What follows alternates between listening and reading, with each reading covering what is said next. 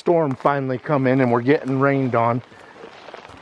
So we need to hurry and service these cameras, these roads. They're dirt roads, remote, and they get slick as hell. I've heard people talk about getting stuck back here in rainstorms because they can't get their 4x4s out because it just turns into a snotty mess. So we'll hurry and get those done. If I can remember where all the cameras are.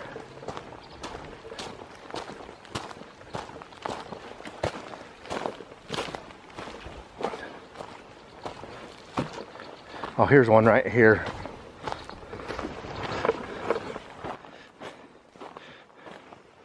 Wow, the winter has not been good. A lot of downed trees, new downed trees.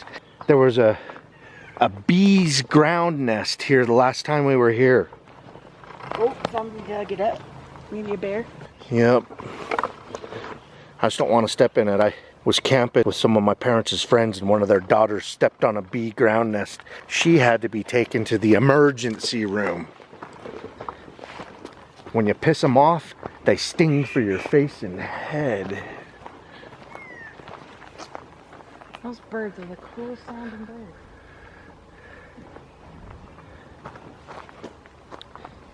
Yeah, we were servicing some cameras up here one year and we come up on a paper wasp nest. And Jenny's like, oh, they've abandoned this, and she grabbed it and squoze it. And all of a sudden they started coming out. Like, woo. Okay, this one's serviced, and I want to show you why we put it here. This was a fresh snap off that we hadn't seen before. And it was during the summertime when there was no snow load, all that kind of stuff. It's suggestive of Bigfoot, so if it's a territorial marker, maybe he'll come back by here one day. So we put up a game camera right next to that.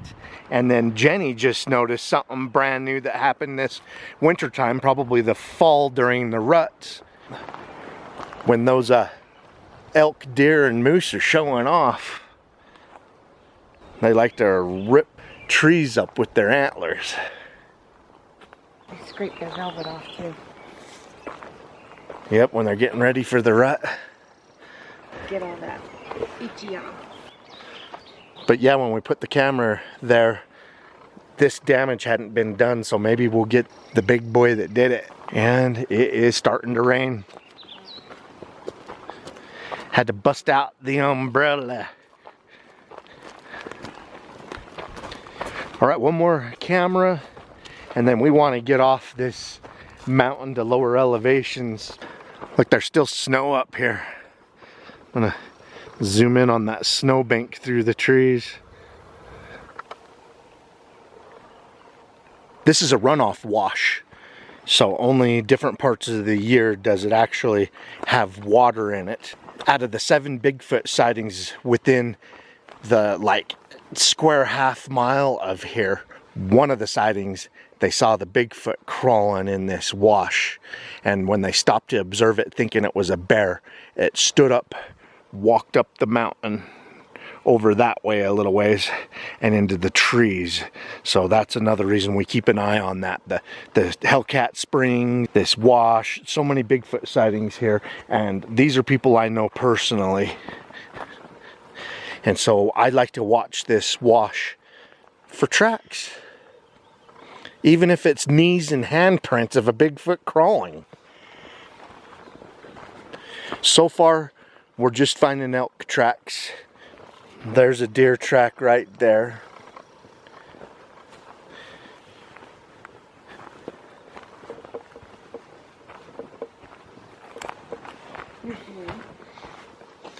Jenny found some more deer.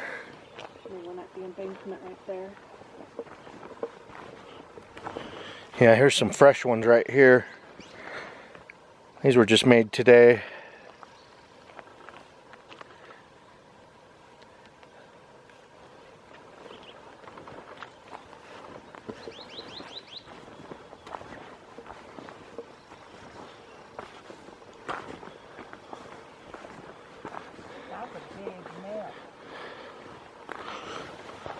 Look at that. I don't know what that is. I want to say bear, but it looks more like the front hand of a squatch. I mean, look at that catcher's mitt compared to my hand. Yeah, maybe it is a bear. Big old black bear. The reason why I say, you know, a squatch's front hand is because a Bigfoot has been seen crawling in this wash before it stood up. So I always have to keep that in mind when I'm looking at tracks through here. I mean, there's one reason why people don't see, film, and take pictures of them very often, is they're sneaky and patient. If they're willing to freaking crawl to point A to point B to keep from getting spotted. Okay, and here's the other one. This one's actually pointed right at the wash.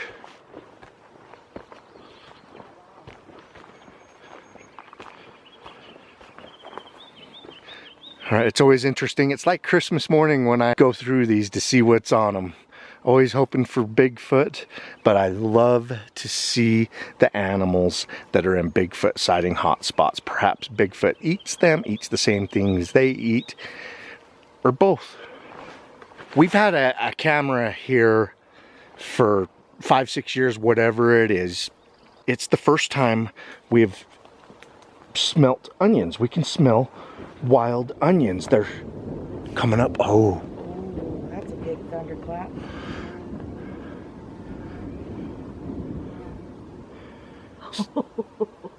A big one.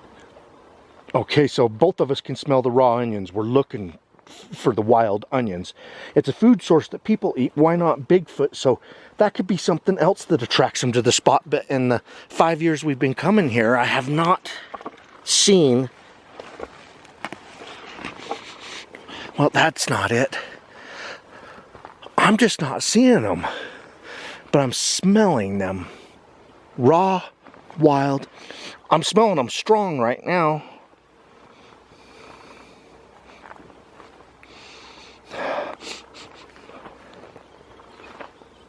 There are some raw onions close by. All right, I would sit and hunt for a lot longer, but we want to at least get off of this dirt road back to base camp before this storm rolls in. So the next time we come up here, we'll look a little bit closer for those. Those look like wild onions. They just don't smell like them. They don't. I wonder where that smell's coming from. All right, we're gonna get out of here. Keep on watching. We're gonna keep on squatching. The weather is just starting to come on us. Here's one of the several springs that Bigfoot has been seen in or around. One of the sightings, it was sitting in the spring picking water plants. So I like to look for Bigfoot tracks around these springs.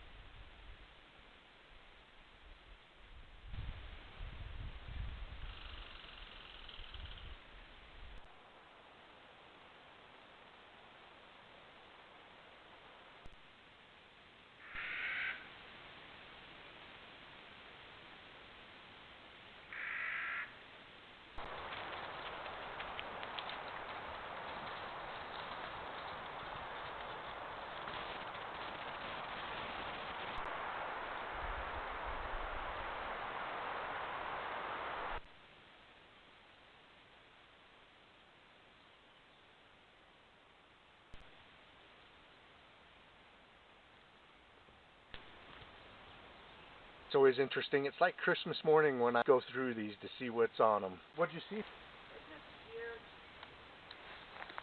Moose?